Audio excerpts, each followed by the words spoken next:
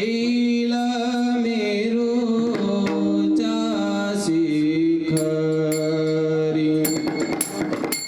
पहिला मेरूचा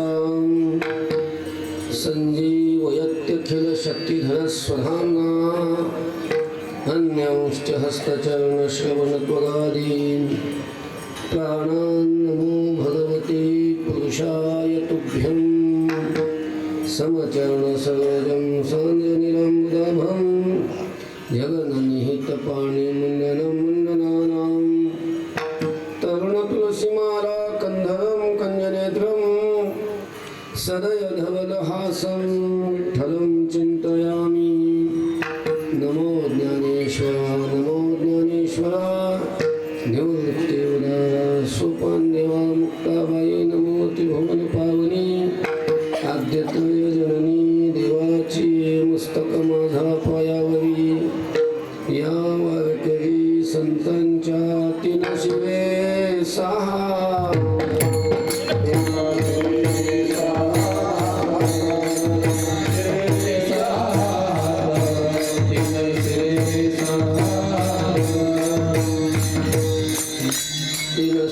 सहा हात दया माझा दंडवत पैलमेरूच्या शिखरी कयोगी निराकारी मुद्रा लावणी खेचरी प्राणायामी बैसला तेने सांडिली माया कैवल्य चक्रवर्ती योग्यांची माऊली साधकांचे मायबाप ज्ञानाधिराज ज्ञानोबाराय या अभंगातून भगवान दत्तात्रयांचं वर्णन करतात। विठ्ठल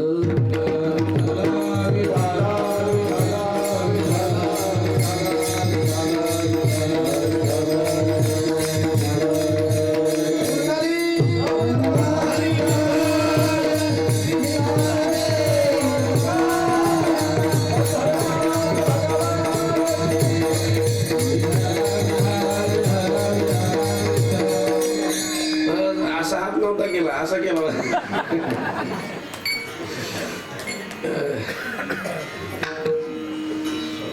आपल्या या मुरमी गावामध्ये भगवान दत्तात्रयाचं अधिष्ठान आहे, संस्थान आहे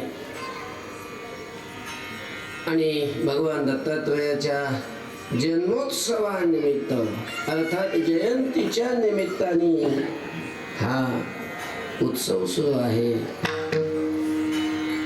दरवर्षीच असेल ना, त्याच्याच वर्षी दरवर्षीच, पण यावर्षी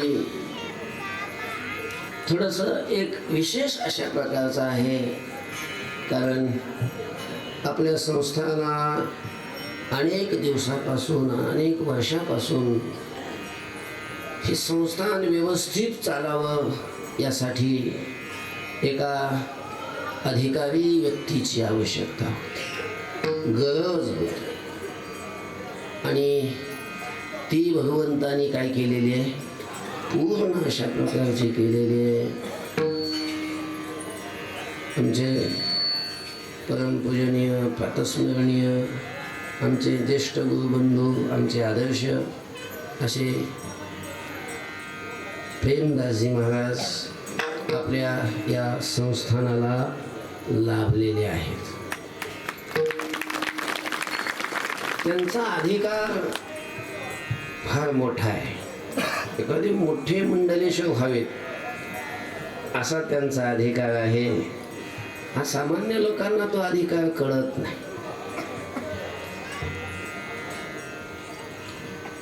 विद्वानाची परीक्षा ही विद्वानालाच कळते, विद्वानाची पारख ही विद्वानाला अशा समजत असते। एखादा पहिलवान जर असेल,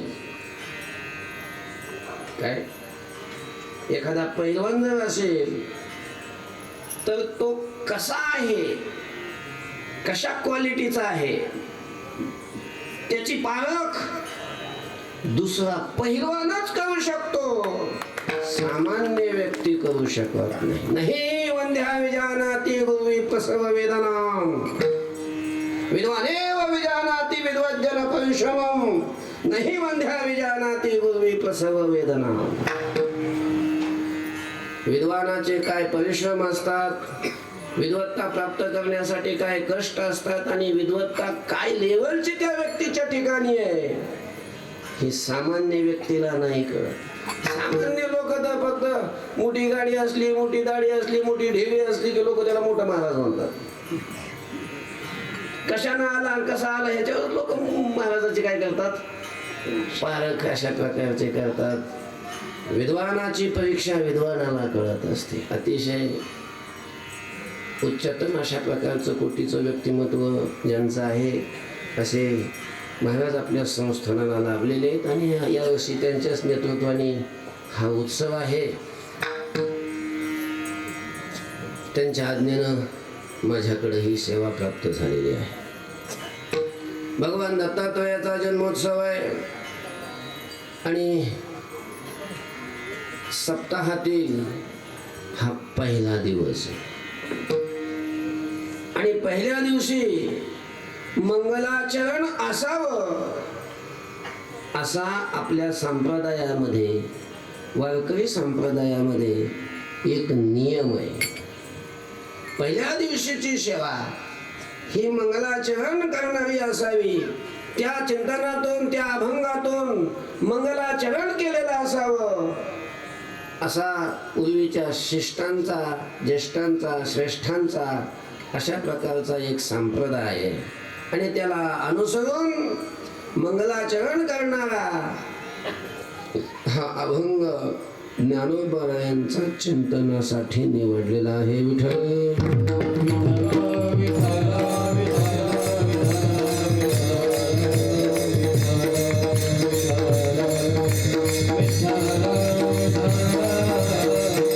आरंभाच्या दिवशी मंगल असावं असा नियम.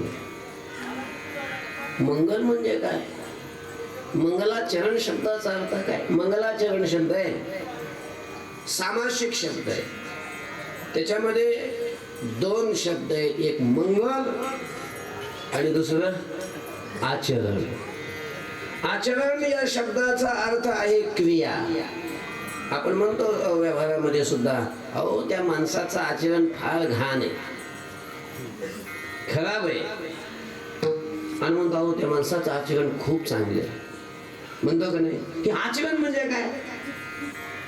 आचरण म्हणजे त्याची वागणूक, त्याची कर्म, तो जे करतो ते, त्याची क्रिया, त्याची क्रिया, क्रियेला आचरण म्हणतात. आणि मंगलाचरण त्या आचरणाला म्हणतात की जे आचरण केल्यानंतर त्या आचरणाची परिणती मंगलाच्या प्राप्तीमध्ये होते. विठ्ठल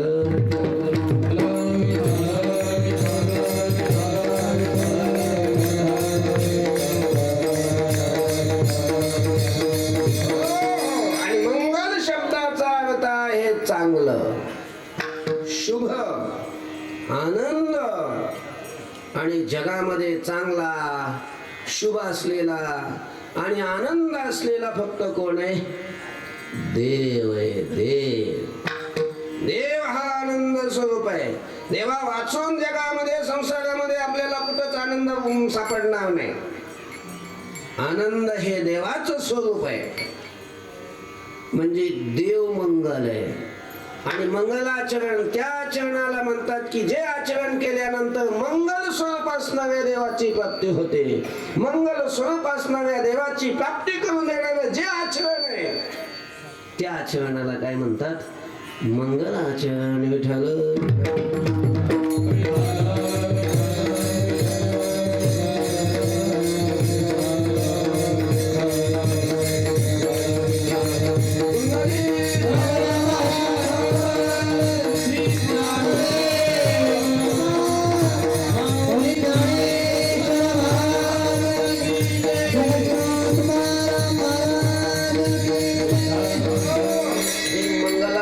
अवश्य केलं पाहिजे महाराज. आपल्या वैदिक संस्कृतीमध्ये कोणत्याही सप्ताहाच्याच नाही, कुठलंही काम करायचं असलं की मंगलाचरण करतात.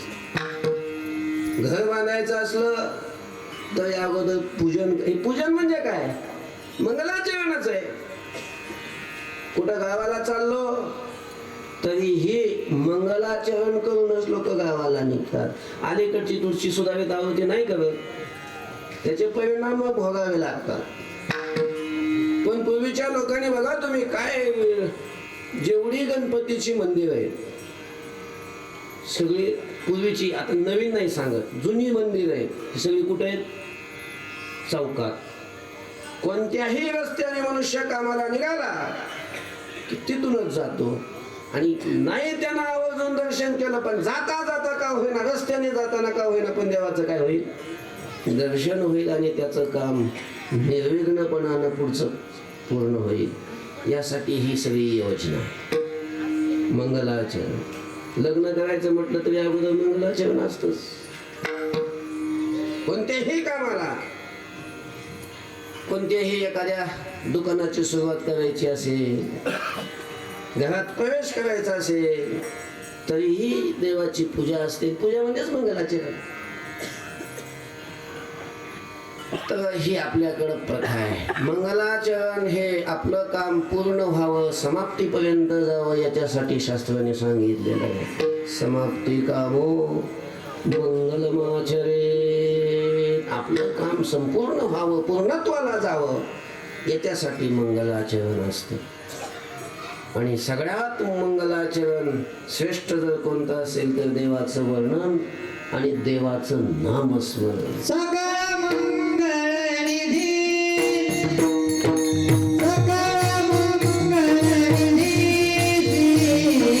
विठ्ठलाचे नामाने, विठ्ठलाचे नामाने.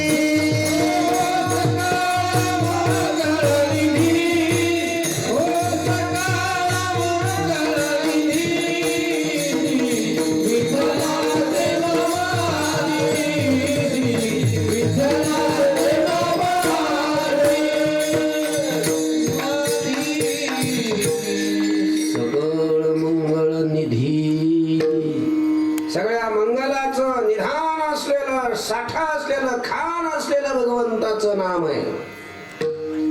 नामाने कधीच माणसाचा अशुभ होणार नाही, चांगलंच होईल असं देवाचं नाम. अशी ऐकलेली कथा आहे. काय झालं, भगवंतानी अर्थात ब्रह्मदेवानी,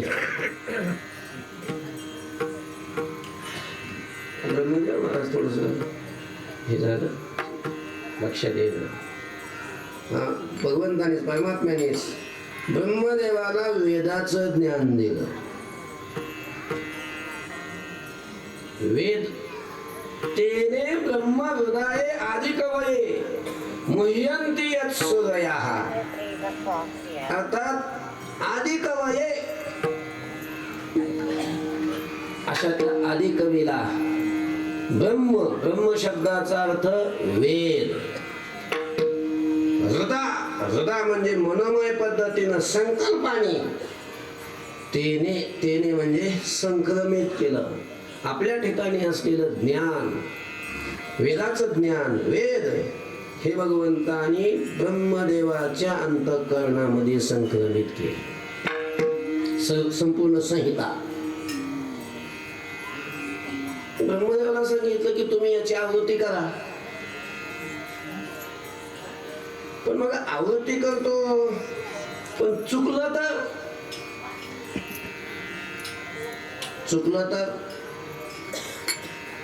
असं करा, हे झाड आहे, या झाडाखाली बसा.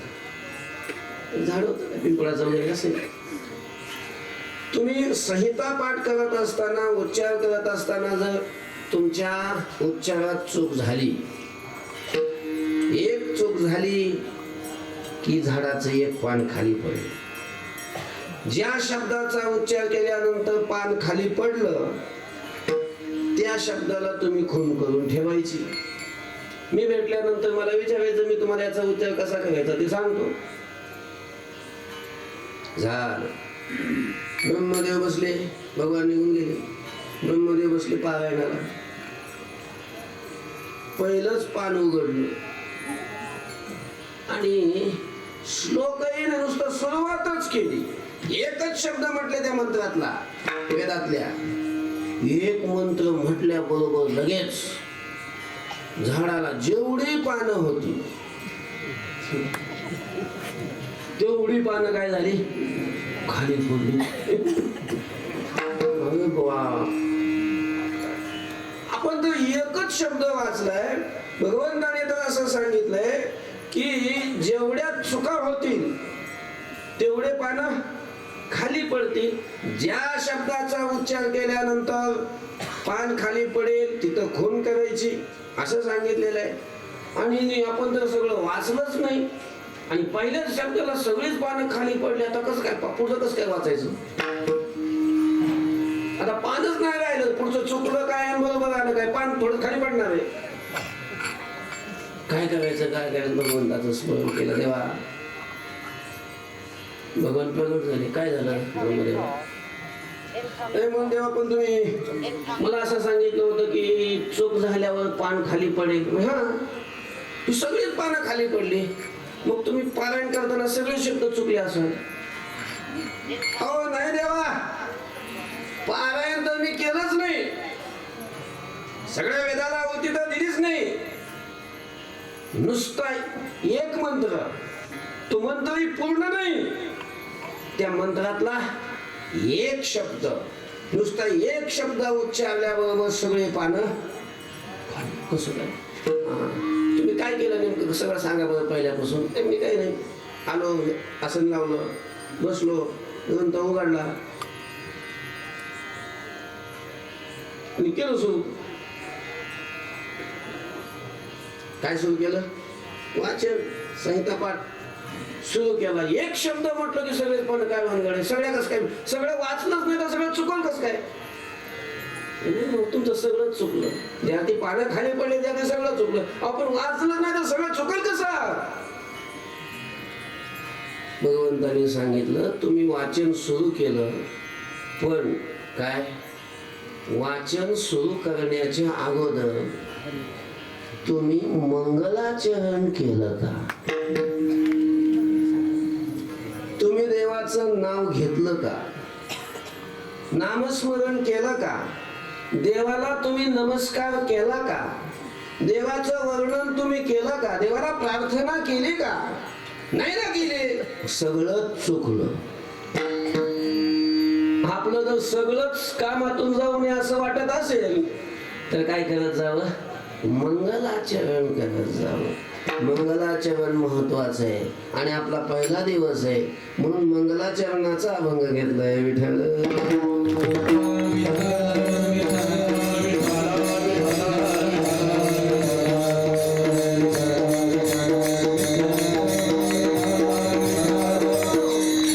किती मिळाल तो प्रश्न वेगळा आहे, पण सगळं जाऊ नये याच्यासाठी तर हे महत्वाचं आहे.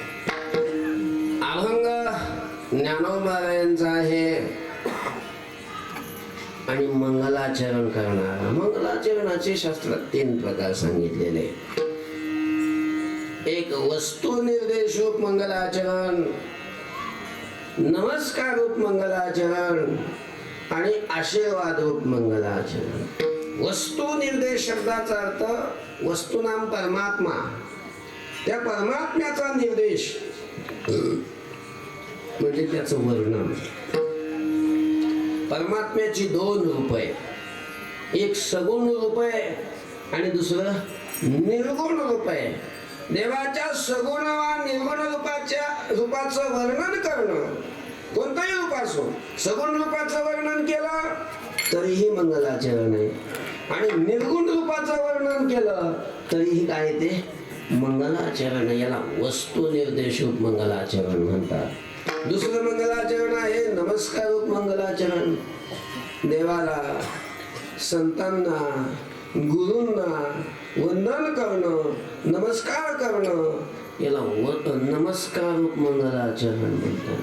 पांडुरंगा करू प्रथम नमन दुसरे चरण संता. कीर्तन सुद्धा आपण हे करणं सुरुवात करतो ना, याला नमस्कार रूप मंगलाचरण म्हणतात. आणि तिसरा मंगलाचरणाचा प्रकार आहे आशीर्वाद रूप मंगलाचरण. आपल्यासाठी वा आपल्या प्रिय व्यक्तीसाठी शिष्यासाठी काहीतरी देवाला आपल्या मागून घेणं याला म्हणतात आशीर्वाद रूप मंगलाचरण. हे आशीर्वादामध्ये थोडासा फरक आहे की आशीर्वाद मागितला तरीही मंगलाचरणच आहे आणि आशीर्वाद दिला तरीही मंगलाचरणच आहे. मोठ्याकडं मागावं लागतं आणि एखादा लहान असेल तर त्याला द्यावा लागतो. जसं 1400 वर्षाचे चांगदेव त्यांनी ज्ञानोबा यांना पत्र पाठवलं आणि पत्रात लिहिलं काहीच नाही, कोरच पत्र पाठविलं. ज्ञानोबापर्यंत ते पत्र आलं, वाचलं तर काही कोरच कागद. मुक्ताबाई म्हणे याला 1400 वर्षाचा झाला तरी अजून कोरच आहे. निवृत्तीनाथाने सांगितलं अगं मुक्ता, अरे ज्ञाना, चांगदेव महाराज कोरेत म्हणून बरे, कोरा कागद पाठविला म्हणून बरे, आपल्याला लिहिता तर येईल काही. तरी तर खिचबिडी करून टाकलं असतं, आपल्याला लिहिता आलं नसतं ना. पाटी कोरीच चांगली असते. आणि मग ज्ञानोबाने सांगितलं, ज्ञाना, चांगदेव महाराजांना तू उपदेश कर, काहीतरी उपदेशात्मक अशा प्रकारचं त्यांना सांग, ज्ञान सांग. आणि मग निवृत्तीनाथांच्या आज्ञेवरून ज्ञानेश्वर महाराजांनी चांगदेवाला ते परत पुन्हा पत्र लिहून पाठवलं. त्या पत्रामध्ये 65 ओव्या लिहिल्या. काय 65 ओव्या, त्यालाच काय म्हणतात चांगदेव 65.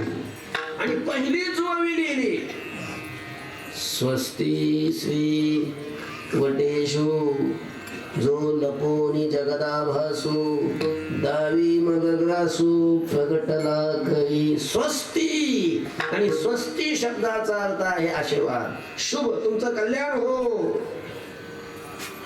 तुमचं शुभ हो. हा ज्ञानेश्वर महाराजांनी आशीर्वाद दिला, याला आशीर्वाद स्वरूप अशा प्रकारचं मंगलाचरण म्हणतात.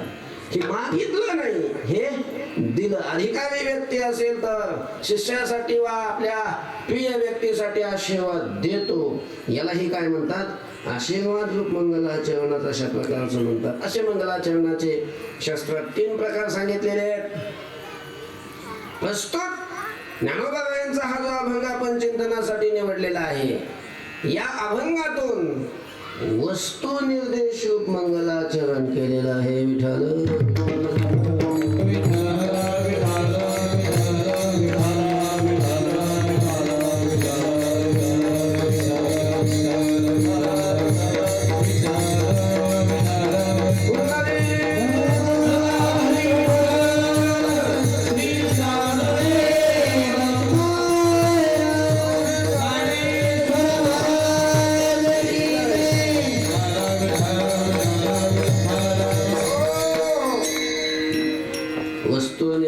मंगलाचरण म्हणजे भगवान दत्तात्रयाचं वर्णन या अभंगातून केलेलं आहे.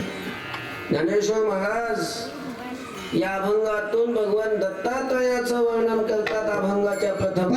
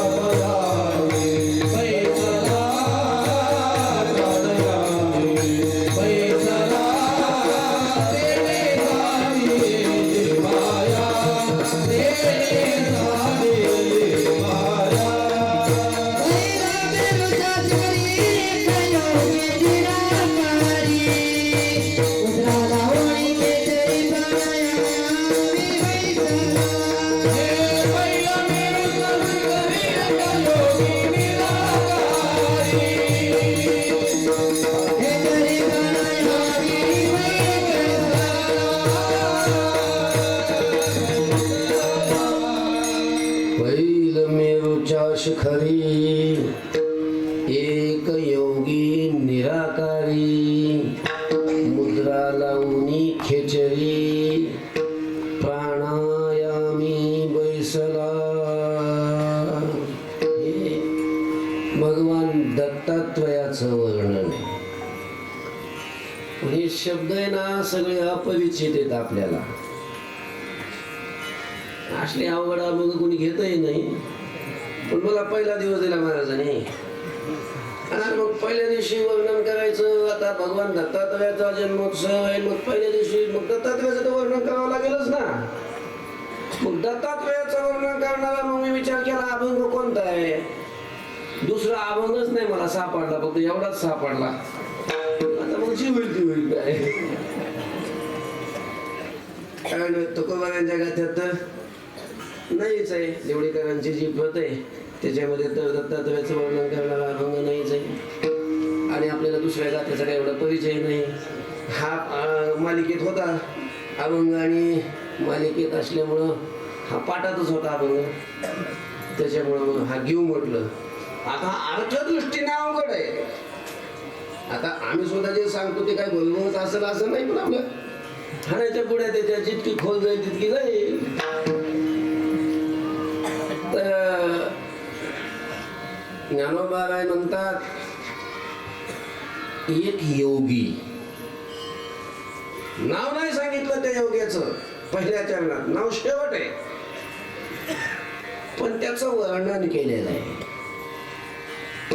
तो एक योगी आहे. ते योग्याचं वर्णन आहे. योगी हा योगी म्हणजे कोण हो.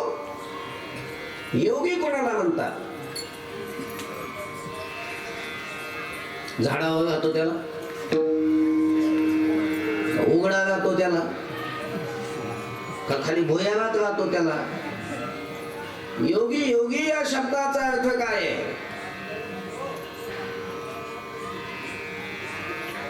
जो माणसातच येत नाही, माणसापासून दूर राहतो त्याला योगी म्हणतात का. जो भाकरी खात नाही नुसती फळच खातो त्याला योगी म्हणतात. योगी म्हणजे नेमकं कोण. योगी या शब्दाचा अर्थ काय. काही काय म्हणतात काही नासावडण किंवा नाही. ती भाकरी खात नाही, फळं सुद्धा खात नाही, नुसते दूधच पितात, फक्त 2-3 लिटर लागते. असं जर असेल तर हे असले शास्त्रामध्ये हे योगी पुरुषाची असली लक्षणं नाहीये. योगी या शब्दाचा अर्थ आहे जो योगाने संपन्न आहे. योगाने जो संपन्न तो काय आहे योगी आहे. जसं बघा तुम्ही धनाने जो संपन्न तो त्याला काय म्हणतात तुमच्याकडे धनी. त्याला काय म्हणतात धनी. ज्ञानाने जो संपन्न तो ज्ञानी. गुणाने जो संपन्न तो गुणी. लय गुणी लेकरू आहे हो म्हणतात है ना. गुणाने संपन्न. तस योग ज्याच्या ठिकाणी आहे, योगाने जो संपन्न आहे त्याला काय म्हणतात योगी. विठ्ठल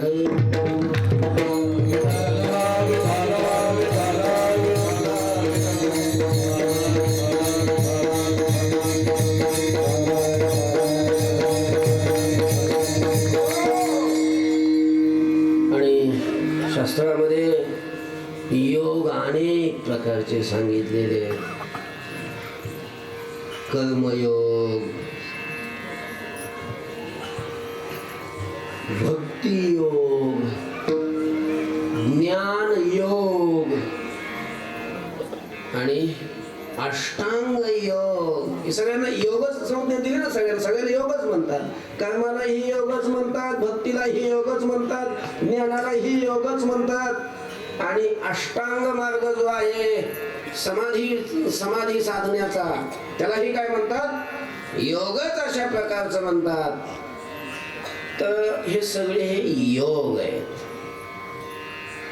आणि या प्रत्येक योगाची लक्षणं वेगवेगळी आहेत. कर्मयोगाचं लक्षण वेगळं, भक्तियोगाचं लक्षण वेगळं, ज्ञान योगाचं लक्षण वेगळं आणि अष्टांग योगाचं लक्षण वेगळं. या भंगामध्ये ज्ञानोबा ज्या योगाचं वर्णन करतात तो योगी नेमका कोणता आहे? तो कर्माचा योगी आहे, कर्मरूपी योगाने संपन्न आहे का भक्तिरूपी योगाने संपन्न आहे का ज्ञानरूपी योगाने संपन्न आहे का अष्टांग योगरूपी योगाने संपन्न आहे? तसं योग शब्द आहे ना, युज्यते या धातूपासून योग शब्द तयार झालेला आहे आणि त्या धातूचा अर्थ आहे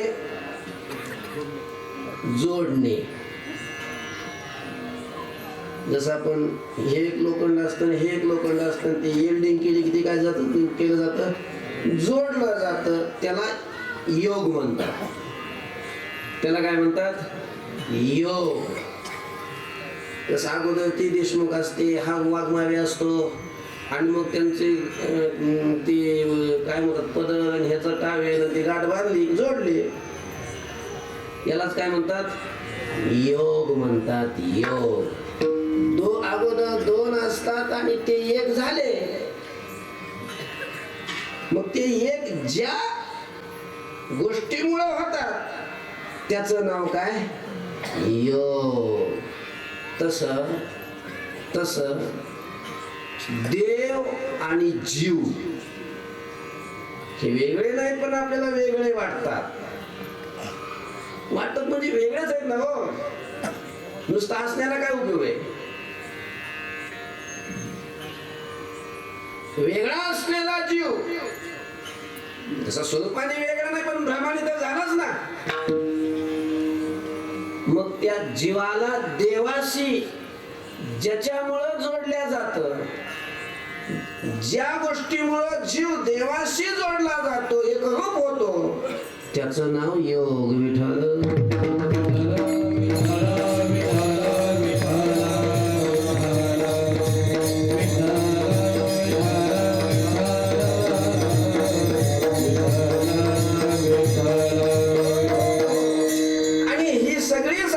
कर्मयोग असेल, भक्ती योग असेल, ज्ञान योग असेल, अष्टांग योग असेल, हे सगळे योग जीवाला मनुष्याला देवाशी जोडणारे, देवाशी एकरूप करणारे. या योगाने देवापर्यंत गेला कोणत्याही योगाने की पुन्हा तो जीव राहत नाही, तो काय होतो? शिव होतो, तो देव होतो. देव देवाहून तो वेगळा राहत नाही, म्हणूनच त्याला योग म्हणतात. मग या अभंगात जो योगी आहे तो कोणत्या योगाने संपन्न आहे? तसं तर तो योगी सगळ्याच योगाने संपन्न आहे. या अभंगात ज्या योगी पुरुषाचं वर्णन आहे, जो योगी आहे तो योगी सगळ्याच योगाने संपन्न आहे. सगळे योग त्याच्या ठिकाणी आहेत. पण काय बाकीच्या योगाला या अभंगात घेतलेलं नाही. पुढचं सगळं वर्णन जर पाहिलं या अभंगामध्ये, संबंध अभंग जो आहे तो जर वाचला आणि ते वर्णन नेमकं कोणत्या योगाचं हे जर आपण बघितलं, थोडस निरीक्षण केलं, तर मग हे वर्णन कर्म रूपी जो योग त्यांनी संपन्न असणारा योगी त्याचं नाही. तो योगी त्यानं संपन्न आहे पण वर्णन त्याचं नाही. ज्ञान किंवा भक्ती या योगी पुरुषाचं हे वर्णन नाही. मग अष्टांग योग, राजयोग, हठयोग, हठयोगी जो आहे अशा त्या योगाचं हे काय आहे?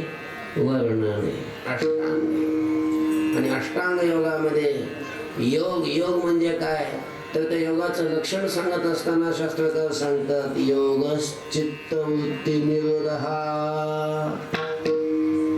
योग म्हणजे काय? चित्तवृत्तीचा निरोध,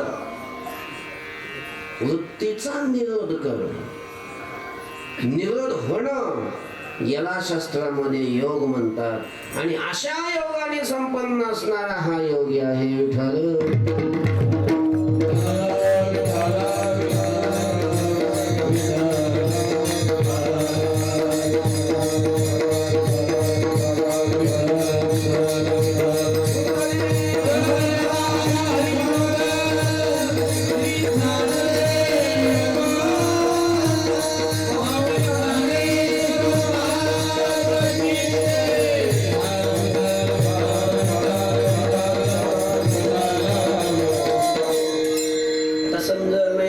ऐकून घ्या आता आजचे दिवस काय करता. विषय क्लिष्ट आहे, अभंगच तसा आहे. नुसतं तुम्हाला हसून तर कधी कसं काय जमन, आणि हसवणं आपल्या स्वभावात नाही. तसं थोडा होतच असतो मी सांगताना. तर ज्ञानोबा काय म्हणतात की पहिलं मेरूच्या शिखरी एक योगी निराकारी. एक योगी, हा एक योगी आहे आणि तो मेरूच्या शिखरी पहिलं असा अन्वय घ्यायचा त्याचा. एक मेरू पर्वत आहे आणि त्या मेरू पर्वताच्या शिखराच्या पलीकडं कुठं निराकारी, जिथं आकार नाही, निराकार अशा प्रकारचं जे स्थान आहे, अशा त्या निराकार स्थानी प्राणायामी बैसला विठ्ठल.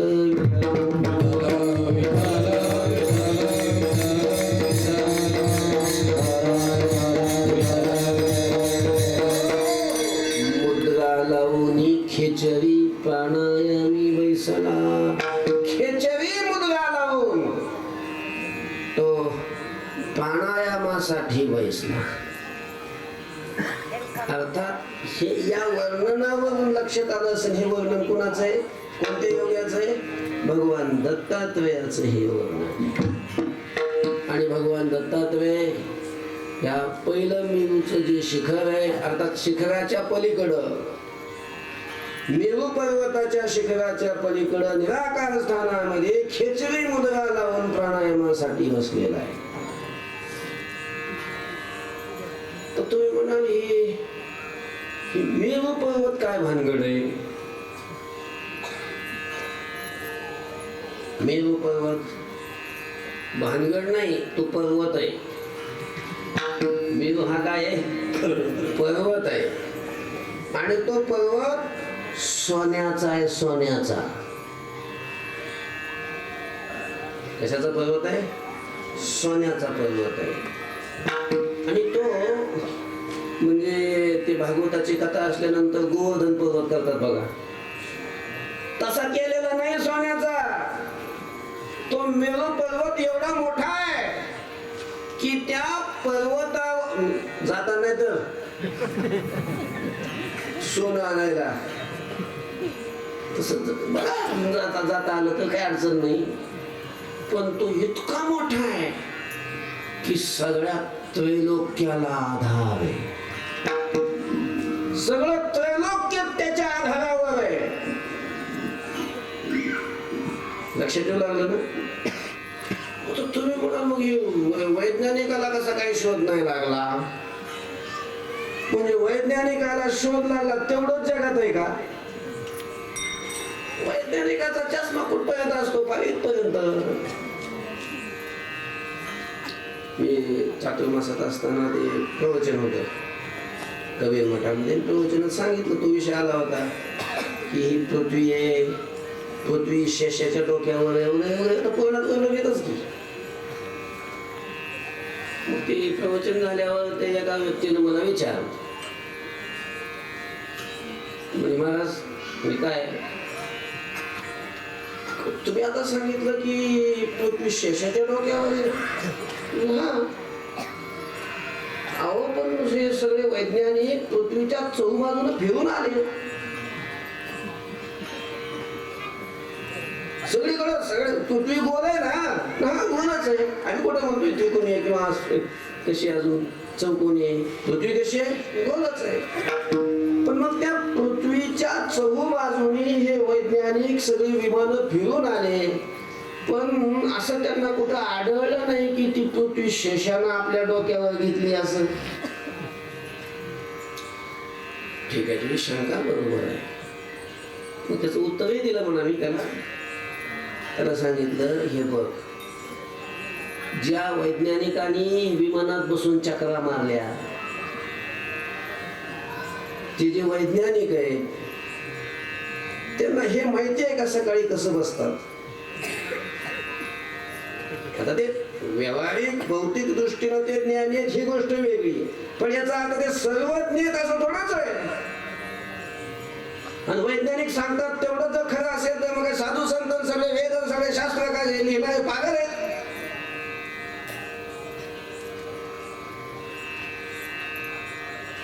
आपण मग ते दिसलं कसं नाही त्यांना. हे बघ म्हटलं, वैज्ञानिकाची जी दृष्टी आहे जरी फार आपल्यापेक्षा थोडीशी जास्त असेल, पण ती लौकिक दृष्टी आहे. कसली दृष्टी आहे? लौकिक दृष्टी आहे. लौकिक दृष्टीला भौतिक दृष्टीला भौतिक पदार्थ दिसतात. अलौकिक पदार्थ कसे दिसतील? अलौकिक पदार्थाला जर पाहायचं असेल तर त्याला दृष्टी ही कशी लागते? अलौकिकच लागते. ज्या वेळेला भगवंतानी अर्जुनाला विश्वरूप दाखवलं, अर्जुनाने प्रार्थना केली होती की देवा मला तुझं ते विश्वरूप पाहायचंय. जर तुला असं वाटत असेल माझी योग्यता आहे तर दाखव. मन्येस्य तच्छक्यं मया द्रष्टुमिति प्रभो.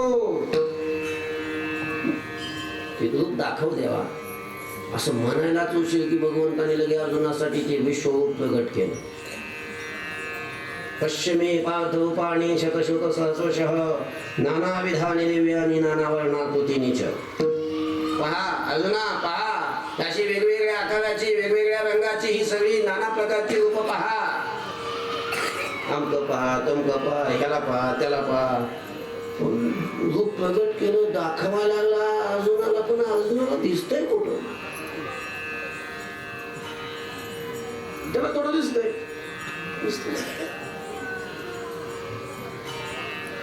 मग देवाच्या लक्षात आलं, अरे अरे त्याच्याकडे चर्मचक्षु आहेत आणि या चर्मचक्षुनं हे आपलं रूप कसं काय दिसेल? आपलं दिव्य रूप आहे.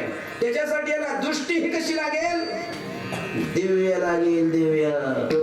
आणि मग भगवंताने सांगितलं, अर्जुना दिव्यं ददामि ते चक्षु पश्य मे योगमैश्वरम्. तुला दिव्य चक्षु देतो, दिव्य दृष्टी देतो आणि त्या दृष्टीने तू मग माझं हे रूप पहा. अर्जुनाला दिव्य दृष्टी दिली आणि दिव्य दृष्टी दिल्यानंतर मग त्या दिव्य दृष्टीने ज्या वेळेला अर्जुन बघायला लागला, मग त्या रूपाचं वर्णन करायला लागला. हे रूप कसं आहे? पश्यामि देवांस्तव देव देहे सर्वांस तथा भूत विशेष संगान ब्रह्मांडमीशं कमलासनस्थं वशिष्ठ सर्वान् रगांश दिव्यान्. भरपूर वर्णन केलं, तर सगळं काय श्लोक म्हणत बसत नाही मी. वर्णन केलं त्या दिव्य रूपाचं. पण ज्या अर्जुनाने वर्णन केलं त्या अर्जुनाला प्रथम तेच रूप दिसलं का? नाही दिसलं. का दिसलं नाही? कारण ते रूप दिव्य होतं. दिव्य रूपाला पाहण्यासाठी दृष्टी ही दिव्य लागते. 4 पुस्तकं शिकलं म्हणजे दृष्टी दिव्य नाही होत. त्याच्यासाठी साधना करावी लागते. साधना करून ती ऋतंभरा तत्र प्रज्ञा. ऋतंभरा प्रज्ञा ज्या वेळेला प्राप्त होते, ही ऋतंभरा प्रज्ञा प्राप्त झाल्यानंतर अशा पुरुषा महापुरुषाच्या दृष्टीला ह्या सगळ्या दिव्य गोष्टी दिसत असतात. ऋषी मुनींनी हजारो वर्ष तपश्चर्या करून साधना करून ही बुद्धी प्राप्त केली, ऋतंभरा प्रज्ञा प्राप्त केली. आणि त्या ऋतंभरा प्रज्ञेच्या द्वारा ज्या वेळेला ते पाहतात त्यावेळेला ते लिहितात.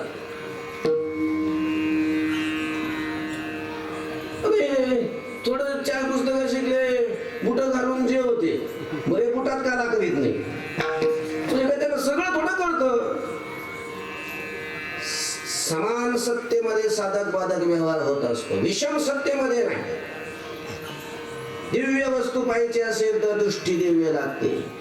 साधू संतांनी शेषाच्या डोक्यावर पृथ्वी म्हणून जे सांगितलंय तो शेष सामान्य नाही, तो भौतिक नाही, तो लौकिक नाही, तो अलौकिक आहे, दिव्य आहे. कारण भगवंताची विभूती आहे, भगवंताचं स्वरूप आहे.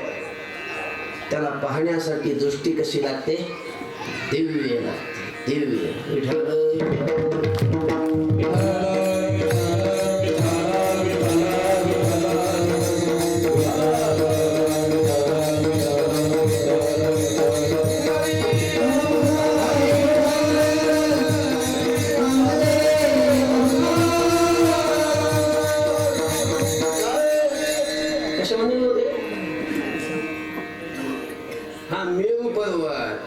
हा मेरू पर्वत तो सोन्याचा आहे आणि त्रैलोक्याला आधार आहे. स्वर्ग मृत्यू पाताळ ह्या सगळ्याला आधार आहे. कुठे त्याला पाहण्यासाठी दृष्टी काय लागते? दिव्य लागते. हे सगळे ग्रह आहेत ना, आपण ज्या ह्याच्यावर राहतो त्याला भूलोक म्हणतात. भू भुवः स्वहा महः जनः तपः सत्य. ब्रह्मांडामध्ये ही सगळी लोकांतर आहेत. खाली याच्या खाली आहेत अतल वितल सुतल तलातल रसातल महातल पाताल नरक खालीच आहे. आणि मग ह्या सगळ्या गोष्टी, हे जे सगळे वेगवेगळे लोकांतर आहेत, हे सगळे त्याच्याच आधारावर आहेत. आणि दिशा जे आपण ठरवतो का नाही, कुठल्याही ग्रहावर गेले की दिशा ही त्या मेरू पर्वतावरून ठरवली जाते. कुठल्याही अशा प्रकारच्या ग्रहावरून तो मेरू पर्वत उत्तरेलाच असतो. कुठं असतो? इथं कोणतं उत्तर दिशा मला काय नाही समजत. हे आहे ना, हे आहे का? जास्त कोणते का असं ना, मेरू पर्वत त्या दिशेला आहे. असा तो मेरू पर्वत त्रैलोक्याला आधार, स्वर्गाला, मृत्यूला आणि पाताळाला आधार आहे. आणि त्या मेरू पर्वताच्या शिखराच्या पलीकडं निराकार अशा प्रकारची जागा आहे. म्हणजेच तो परमात्मा आहे. तिथं कसला आकार नाही, तिथं कोणता गुण नाही, काही नाही. असं जे ती स्वरूप आहे त्या ठिकाणी जाऊन खिचडी मुद्रा लावून हा प्राणायामाला बसलेला हा योगी आहे. मुद्रा लावून खिचडी प्राणायामी बैसला विठ्ठल.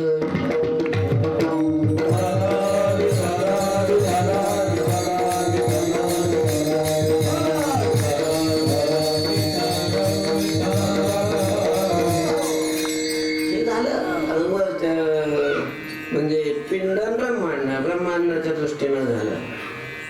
पण पिंड दृष्टीने जर विचार केला तर त्रैलोक्य जसं आहे तशा जीवाच्या 3 अवस्था त्रैलोक्यासारख्या आहेत. आणि त्रैलोक्यासारखे म्हणजे मेरू पर्वतासारखे आहे. कारण मेरू पर्वतावर हे त्रैलोक्य आहे ना, मेरू पर्वतावर त्रैलोक्य आहे. म्हणून जीवाच्या 3 अवस्था म्हणजे मेरू पर्वत आहे. कोणत्या 3 अवस्था? सगळ्याला तुम्हाला मला ह्या सगळ्या 3 अवस्था आहेत. म्हणजे दररोजच्या अनुभवातल्या आपल्याला माहिती असलेल्या ज्या अवस्थांचा आपण दररोज उपभोग घेतो, अनुभव घेतो. कोणत्या 3 अवस्था? जागृत, स्वप्न आणि सुषुप्ती.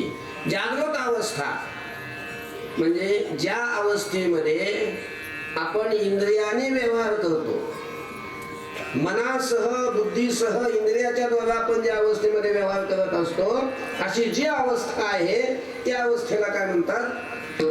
जागृत अवस्था. आता आपण तुम्ही जागे का झोपलेले? झोपले का? जागे का?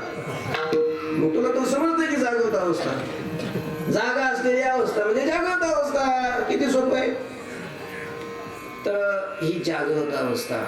पण याच्या पलीकडे एक अवस्था आहे, स्वप्न अवस्था. आता स्वप्न ही अवस्था सगळ्यांच्या अनुभवाचीच आहे ना. स्वप्न तुम्ही बघितलंच असेल ना, सगळं स्वप्न पडतातच ना. कुणाला चांगले पडतात, कुणाला वाईट पडतात स्वप्न. सगळ्यांनी बघितलं असेल स्वप्न. ही एक स्वप्न अवस्था आहे. आणि त्या स्वप्नाच्याही पलीकडं एक अवस्था आहे, तिला सुषुप्ती अवस्था म्हणतात. सुषुप्ती शब्द तुम्हाला कळायचं नाही, तुमच्या त्याच अर्थाचा दुसरा परिचयाचा शब्द सांगतो. सुषुप्ती म्हणजे झोप. बाकीकडे कुठं नाही आले तर असल्या कीर्तनात आले तर नक्की येते. विठ्ठल विठ्ठल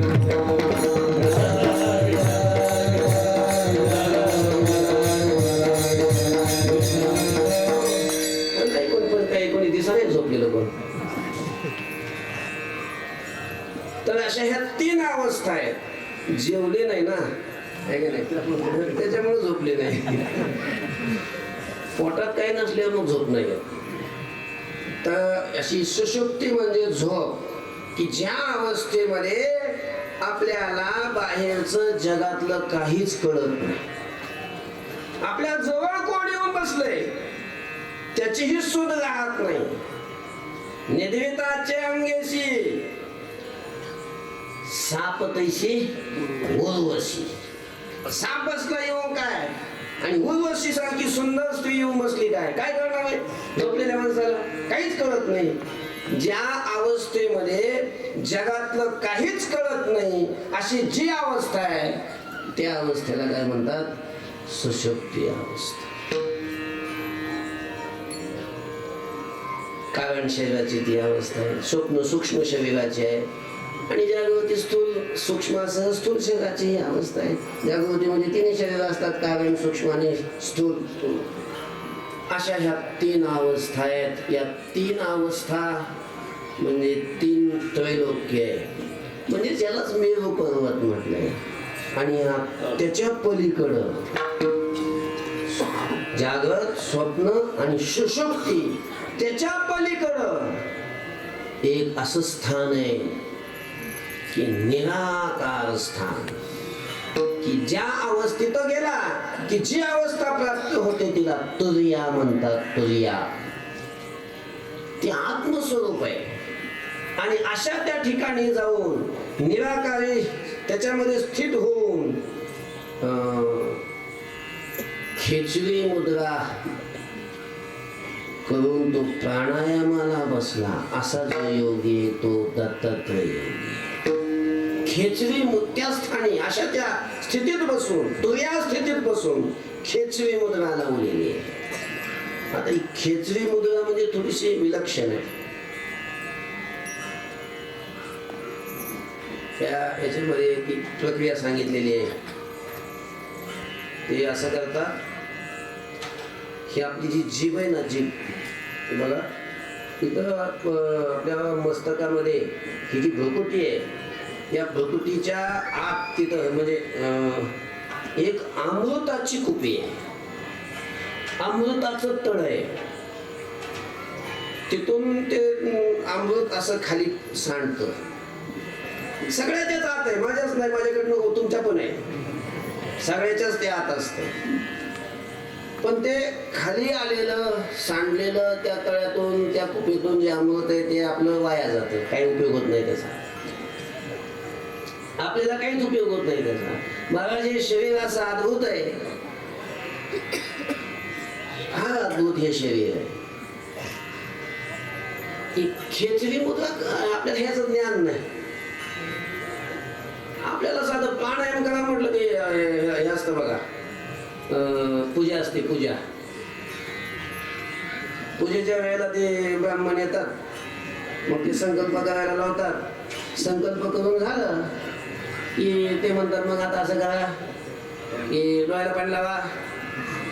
लावलं डोळ्याला पाणी, मग प्राणायाम करा. प्राणायाम करा म्हणजे काय? म्हणजे प्राणायाम करा म्हणजे काय कळतच नाही. मग ते सांगतात की असं करा, नाक दाबा. मग नाक दाबा म्हटल्यानंतर एक भटजीचं नाक दाबतो. म्हणजे आपल्या तगाच वेगळे आहेत. म्हणजे आपल्याला शास्त्राचे संस्कार नसतात, ते शब्दाचे अर्थ माहीत नसतात, काही माहीत नसतं. हे सगळं परक्याने आक्रमण केली, सगळं सुताडा करून टाकला आपल्या संस्कृतीचा. ते काय झालं, एक बाई शेजारी दुसऱ्या बाईकडे गेली आणि मग तिची काहीतरी चर्चा झाली. असं झालं, तसं झालं. बाई ती सांगत होती की मी सत्यनारायणाची पूजा केली आणि सत्यनारायणाची पूजा झाली आणि आमचं जीवनच बदललं व्हा. पहिलं कसं होतं पहा ना, तुम्ही पाहिलेलंच आहे. आणि आता काही सगळं काही ताणच राहिलं नाही. मग संसारी लोक परेशान असतात, दुःखाने फार दुःख असतात. तिला वाटलं आपण मी काय करावं, सत्यनारायणाची पूजा करावी. घरी आली, नवऱ्याला सांगितलंय बघा आपल्याला सुद्धा काय करायचं आहे, सत्यनारायण घालायचं आहे. बघा ना ती शेजारची ठकी, तिनं बघा ना तिचं अगोदर तुम्ही पाहिलेले कसं होतं आणि कसं झालंय तिचं. आणि आपलं कशातच काय नाही, तिच्यापेक्षा आपली तर परिस्थिती चांगली होती, पण कसं झालं बघा ना. तिला जाऊन मी विचारलं, ती म्हणते सत्यनारायण घातल्यापासून आपलं सगळं सुधारलं, आपल्याला सुद्धा सत्यनारायण घालायचं आहे. ठीक आहे, आता ऐकावं लागतंय बायकोचं. मग ऐकलं, ठीक आहे कधी घालायचं ती मग विचारावं लागेल देवबाप्पाला. जाऊन तिला देवबाप्पाला विचारलं, मग ती यादी दिली, ते सगळं सामान आणलं, तो दिवस ठरला. आणि त्या दिवशी त्यांनी सांगितलं सकाळी लवकर सगळं उरकून ठेवा. मग काय काय जसं जसं सांगितलं त्या पद्धतीनं सगळं उरकून ठेवलं. की भटजी आले, मग भटजी आल्यानंतर ज्या जागेत सत्यनारायण करायचं होतं तिथं असं सारवाय सांगितलं होतं. शेणानं, गाईच्या शेणानं सारवलं, अशी पूजा मांडली. पूजा मांडून झाल्याच्या नंतर त्याला बसवलं तिथं पूजाला. ही आपली स्वयंपाक करत होती. अजून ज्या वेळेला जगाला बसावं लागतं, पण मग ज्या वेळेला गरज त्यावेळेला बोलवणार. अशी थोडीशी ती बाहेर होती आणि तो बसला तिथं. मग ते झालं आपलं संकल्प वगैरे काय असतं ते, पाणी लावणं डोळ्याला वगैरे वगैरे काय ते झालं. ते म्हणे बघा मला काही पूजा येत नाही, तुम्हीच करा. नाही म्हणे तुम्हाला बसावं लागेल, सुरुवातीचं तुम्हाला बसावं लागेल, तुम्ही पाहिजे तिथं. अहो मला येत नाही, तुम्हीच करा ना आमच्यावरचे. नाही बसा तुम्ही, तुम्हाला येत नाही ना, मग मी सांगतो तसं करा, बाकी काहीच करू नका. मी जसं सांगेन तसं करायचं, मी जसं करीन तसं करायचं, मी जसं करीन तसं करायचं. ठीक आहे मग तसं करतो, तुम्ही जसं करीन तसं मी करतो. झालं बसला. ते हां घ्या हातात पाणी. त्यांनी काय सांगितलं, तुम्ही जसं करीन तसं करायचं. घ्या हातात पाणी. ते म्हणा घ्या हातात पाणी, लावा डोळ्याला पाणी, लावा डोळ्याला पाणी. अरे गाढवा मला काय सांगतोय डोळ्याला पाणी लावा म्हणून, तू लावणार डोळ्याला पाणी. ते म्हणे गाढवा मला काय सांगतोय डोळ्याला पाणी लावा, तू लावणार डोळ्याला पाणी. आता ती ब्राह्मण मी संकट होत इतकं नाही सांगत ना, तिकडचं ब्राह्मण आहे, तिकडचं सांगतोय. आता गोष्ट तिकडची, तिकडे गेलं मग इकडची सांगत. त्याला आला राग, त्याला राग आला, ते रागाला दिली त्याच्या मुस्काडा. हा बी आता शेतकरी होता चांगला खापके ब्राह्मणाने मुस्काडा दिली, यांनी मुस्काडा दिली. तर त्यांनी सांगितलंय काय, मी जसं करेन तसं करायचं. झाड दोघांची लागली बाबा. त्यानं मुस्काडा दिली की ह्यानं 2-4 मारले, त्यानं 2-4 मारले, यांची कुस्तीच लागली. त्यानं खाली त्याला घातलं की ह्यानं त्यानं पुन्हा त्याला अंगावरचं खाली उठून त्याच्या बामणाच्या बोकड जाऊन बसला. आणि यांची घळसा गुळशी अख्या घरात. ती म्हणे अहो असं काय करता, अहो असं काय करता, अहो असं काय करता, असं काय करता. आता तिला तरी काय माहिती, तिला वाटलं ही पूजाच आहे. पण तिची पूजा आहे ना, ती पूजा जे सारवलेली जागा होती त्याच्या खाली आली. अहो ती म्हणे थांबा, मला जर माहिती असतं सांगितलं असतं मी सगळं घरच सांगून काढलं असतं.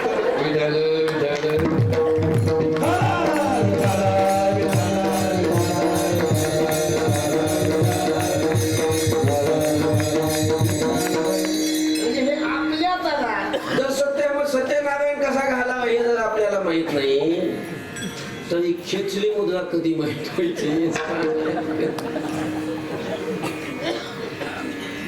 खेचली मुद्रा हे कुपी असते, हे थोडस आठवलं म्हणून सांगितलं आणि तुम्ही लय बोल झाले होते ना. तिथं अमृताची कुपी असते आणि त्या अमृताच्या कुपीतून असं अमृत खाली सांडत असतं आणि वाया जातं. मग योगी पुरुष काय करतात, ही आपली जी जीभ असते की नाही, अशी जीभ वर जर केली, आपण आरशात जर बघितलं तर ती अशी खाली चिटकलेली असते बघा, अशी असते की नाही. तर नंतर घरी गेलं बघा आरशात, मग ती योगी पुरुष असा धारधार शस्त्राने ती कापतात. म्हणजे एकदम सगळी नाही कापत, थोडीशी किंचितशी कापतात, थोडीशी जखम होते तिला, आणि मग औषधी लावून ती जखम बरी करतात. पण ती प्रक्रिया अशी असते, कापलेली जागा भरून निघत नाही, फक्त जखम बरी होते. आपलं कसं असतं, एखादं जखम जर झाली, आपण दवाखान्यात जातो आणि दवाखान्यात गेल्यानंतर ती जखम भरते, बरी होते आणि ती भरून येते.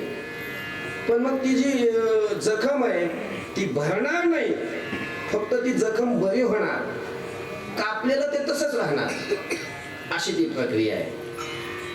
मग 4-8 दिवसांनी ती जखम बरी झाली की पुन्हा थोडं कापणार. 4-8 दिवसांनी, महिन्यानी, 15 दिवसांनी, मला एवढं निश्चित माहित नाही ते, पण असं ती जखम बरी झाली की पुन्हा थोडी कापणार, पुन्हा थोडी कापली की पुन्हा जखम होणार, पुन्हा औषधी लावणार, ती जखम बरी करणार. असं कापत कापत कापत कापत कापत आपली जीभ ही जी खाली चिटकलेली आहे ती सगळी मोकळी होऊन जाते, मोकळी होऊन जाते. आणि जवळजवळ 6 महिन्याच्या कालावधीमध्ये ही प्रक्रिया असते, जीभ कापायची. 6 महिन्याचा तो कालावधी झाला, जीभ कापून झाली की पुन्हा ती जीभ आपली अशी बाहेर जर काढली, आपण अशी काढली की ती येते बघा, थोडीशी बाहेर येते, आणि वर नेली तर फक्त नाकापर्यंत इथपर्यंत जाते, वर नाही जात.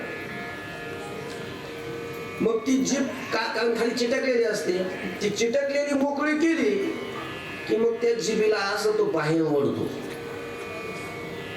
बाहेर ओढण्याचा अभ्यास करतो. फार इतकी अशी बाहेर निघते ती जीभ,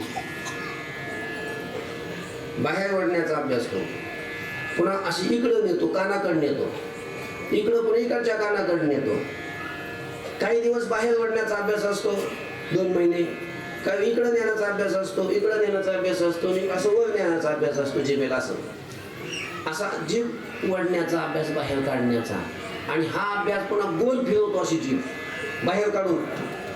असा हा अभ्यास पूर्ण झाला म्हणजे याचा अर्थ ती सगळी जीभ काय होते, मोकळी होती, मोकळी. आणि ती मोकळी जीभ झाली, हा जवळजवळ जीभ कापून झाल्याच्या नंतर 5, 6, 7, 8 महिन्याचा हा अभ्यास असतो. नंतर ती जीभ तो योगी पुरुष काय करतो, अशी बाहेर काढून परत आत नेतो बघा. अशी आपण परत नेतो का नाही, किती जाते, फक्त वळते माग, आत जात नाही. त्याच्यासाठी ती मोकळी करावी लागते, मोकळी काढून अशी मग आत नेता येते. मग तो योगी पुरुष अशी आत जीभ नेतो. ती जीभ जाते कुठं, ज्या ठिकाणी ती अमृताची कुपी असते,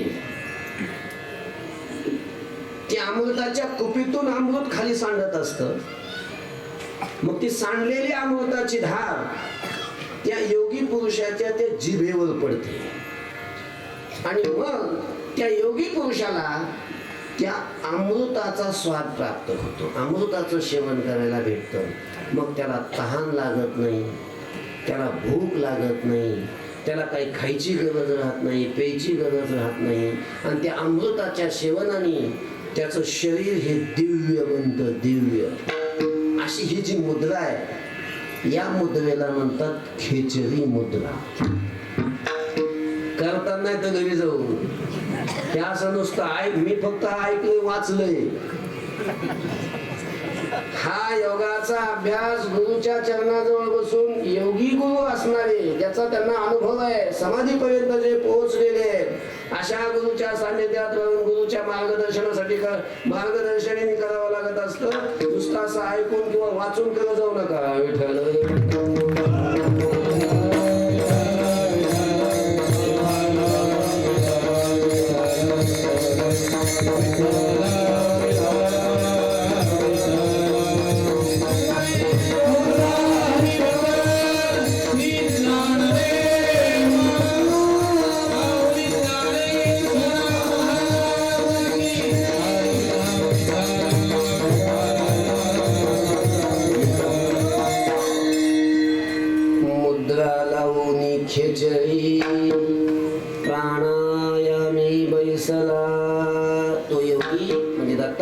योगी तो खिचडी मुद्रा लावून प्राणायामासाठी बसला.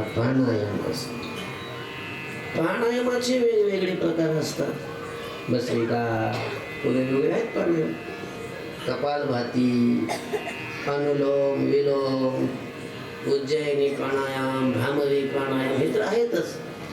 पण पूरक, कुंभक, रेचक हे प्राणायाम मला हे सोपं नाही. प्राणायामाची साधना, अष्टांग योगाची साधना कुंडलिनी जागी करावी लागते.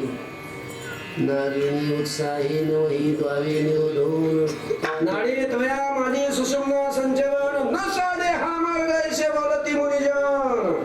नरहरी चिंताने अहर्निशी मुक्ती स्थान.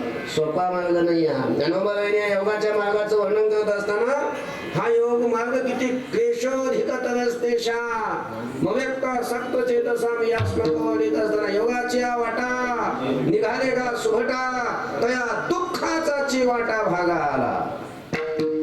फार क्लेशदायक हा कष्टदायक हा मार्ग आहे. तहानेलिया तहानची पियावी, भुकेलिया भुकची खावी, अहोरात्र वावी मवावा अशी ही साधन आहे.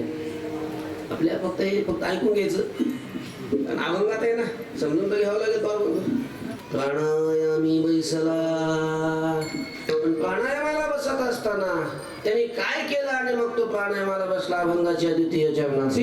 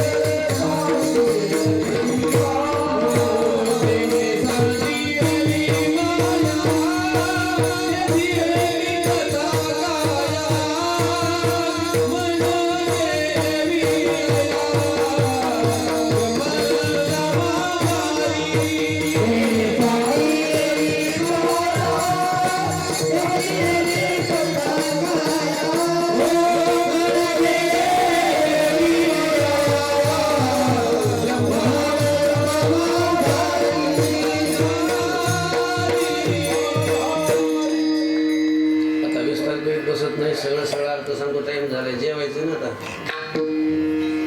तेने सांडिली माया. त्या योगी पुरुषांनी दत्तात्रयाने माया सांडली, माया नष्ट केली. माया त्यजेली कंथा काया. काया शब्दाचा अर्थ आहे शरीर आणि कंथा शब्दाचा अर्थ आहे घुंगडी.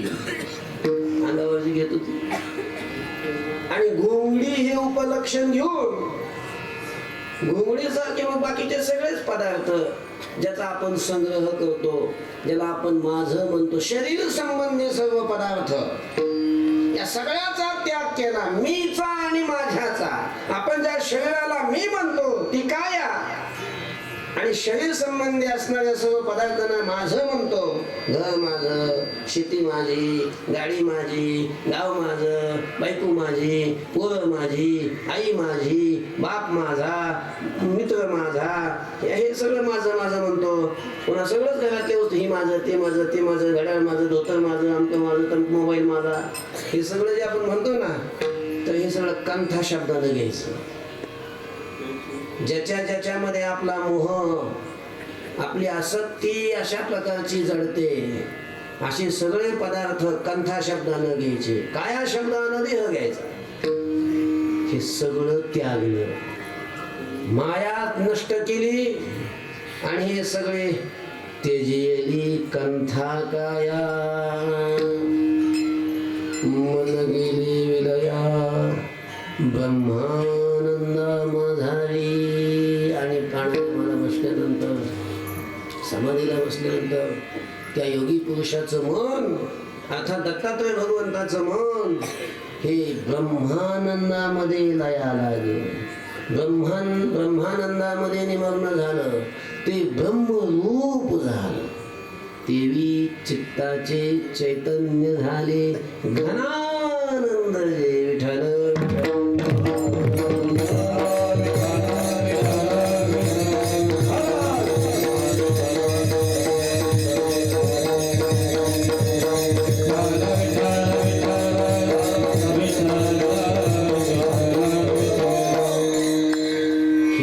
योगाची साधना करत असताना, कुंडलिनी जागी केलेली असताना, आता ही कुंडलिनी वगैरे कशी जागी करतात आता वेळ नाही आपल्याला सांगायला. त्यावेळेला एका एका चक्राचं भेदन करत ज्यावेळेला ही कुंडलिनी या सुषुम्नी नाडीतून वर जात असते, काही चक्राचं भेदन केल्यानंतर तिला अनाहत नाद ऐकू येतो. तो नादही या योगी पुरुषांनी ऐकला. अनुहात ध्वनीनाद, तो पावला परमपद. आणि मग तो ध्वनी, तोही पुन्हा लयाला आलेला. तो परमपदाशी तो एकरूप झाला. तो ध्वनीनाद जो आहे तोही परमपदाला प्राप्त झाला. उन्मणी तुर्या विनोद. आणि मग हा योगी पुरुष जी उन्मनी अवस्था आहे, संसारातून, देहातून, ह्या सगळ्या अनात्म पदार्थातून जे त्याचं मन उठलेलं आहे, अशा प्रकारची जी अवस्था त्याला उन्मनी अवस्था म्हणतात. आणि ते परमात्म स्वरूपामध्ये रमलेलं आहे, अशी ही उन्मनी अवस्था, तुर्या अवस्था, परमात्म स्वरूपाशी एकरूप झालेली अवस्था, अशा या अवस्थेला तुर्या अवस्था म्हणतात. आणि या अवस्थेतच तो क्रीडा करतोय, विनोदाने त्याच्यामध्ये त्या अवस्थेत रमतोय. असा हा योगी पुरुष उन्मनी तुर्या विनोद. आणि त्या अवस्थेत जो आनंद प्राप्त होतोय, त्या आनंदाने तो डोलतोय.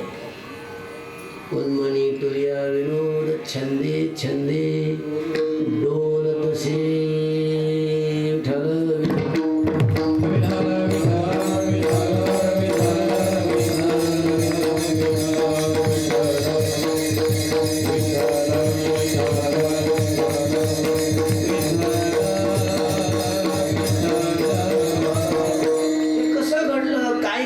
कशामुळे सगळं झालं, सुरुवात कुठून काय झाली, ते ज्ञानोबा शेवटच्या चरणामध्ये सांगतात.